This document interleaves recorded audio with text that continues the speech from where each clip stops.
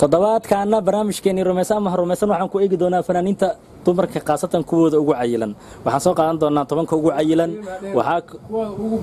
kuwooda ugu burburan insha Allah toddobaadkan saas ayaa ku eegi doonaa toddobaadka xigana waxaan ku soo qaadan doonaa 10ka ugu caateysan ama 10ka ugu qosolka wanaagsan ama toddobaadka xigana waxaan ku soo qaadan doonaa 10ka ugu caateysan ama 10ka ugu qosolka wanaagsan ama 10ka ugu dareenka badan intaba hase yeeshee markaan 10ka ugu عيلان أما أوبربورن قاسة دمركا وما سنتين داوشة وعن. Oh Miss Africa, oh yeah, like me. Adiga idono, aniga kudido, doqeyga maahida dawada daradso. Adiga idono, aniga kudido, doqeyga maahida dawada daradso. Oh Miss Africa, Africa, Africa, Africa. Oh Miss Africa, oh yeah, like me. Dal, hey good darling. aniga ku diiday hay gudaalin dawadada ma ahi hay gudaalin dooqa garadso hay gudaalin oh Miss Africa Africa Africa Africa oh Miss Africa oh yeah like me Miss Africa oh yeah yeah yeah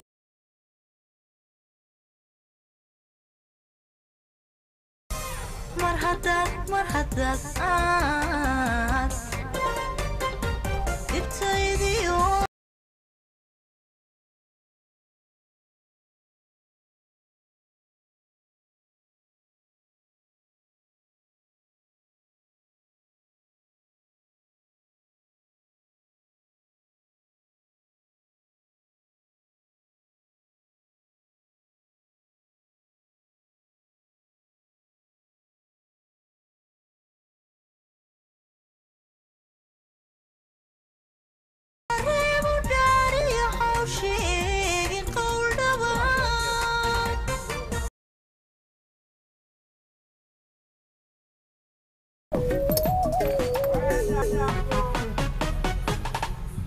sida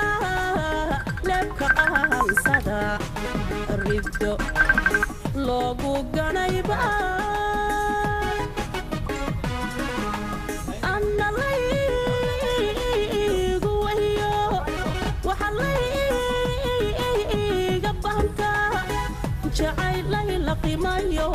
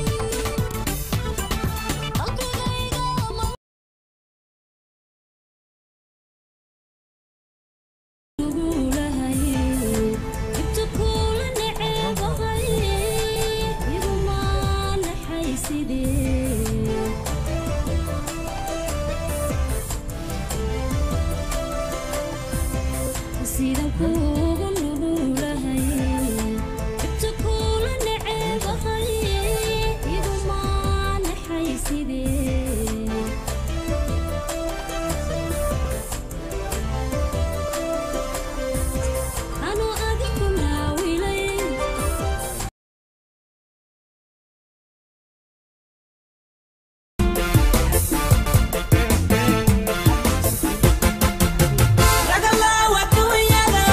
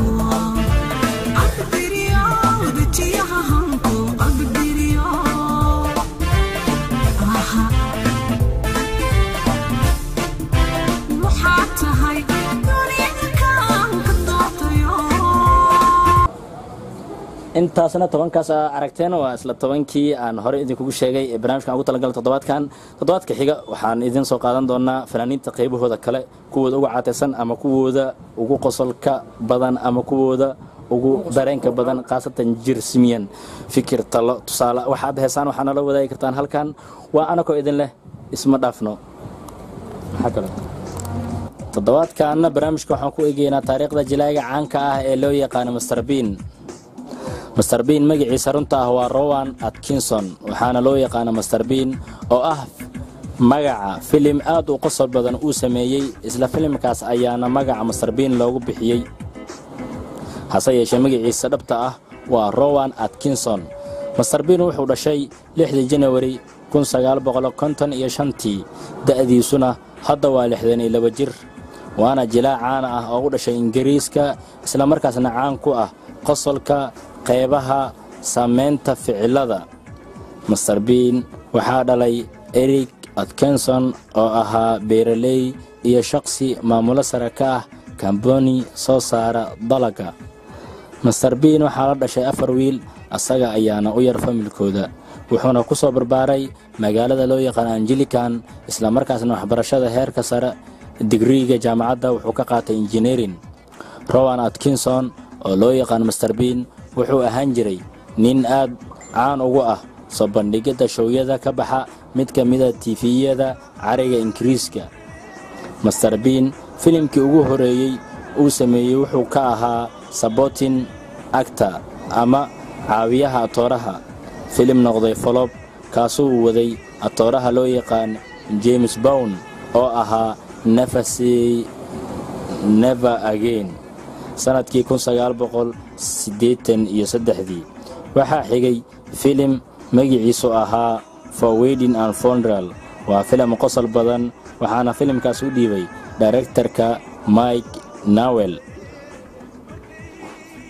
isla sanadka 1984 wuxuu ka qayb qaatay filim loogu magac daray The Lion King boqorka libaaxa filimkaas waxaa looga hadlayay boqortooyada Ingiriiska iyo qaaradda Afrika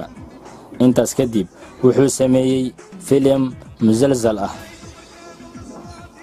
oo ka bixi jiray BBC-da 1995 ilaa 1996 filimkaas magaciisa wuxuu ahaa The Thin Blue Line taariikhda waxyaabaha ugu yaabka badan ee Mr Bean waxaa ka mid ah 2001 mar uu safar ku soo aaday Kenya ayaa duuliyihii diyaaradda waday suuxay kadibna waxaa la wareegay maamulka diyaaradda jilaaga caanka Mr Bean ilaa uu ka soo kaco bayloodkii suuxsanaa kadibna si nabad ah ayay diyaaradda uga soo degtay garoonka diyaaradaha Wilson Airport ee magaalada Nairobi Rowan Atkinson waa Mr Bean ninka loo yaqaanay wuxuu guursaday gabar make-up u hagaajin jirtay shaqaalaha BBC-da waxaana isbarteen 1980 wuxuuna guursaday 10 sano kadib gabadha magaceeda waxaa la oran jiray Sunadra Satri waxaana u dhashay 2 caruur ah kuwaasoo la kala oran jiray Ben iyo Lily intaas ayaan ku hakinayaa taariikhda gooban ee ninka loo yaqaan Mr Bean aad ayaa uga mahadsantihiin fikirkiina talo wixii ku saabsan barnaamijkan waxaa noogu reebi kartaan commentiga annagoo isku duwan waxaan idin leenahay isma dhaafno kulanti wacan oo wanaagsan mar kale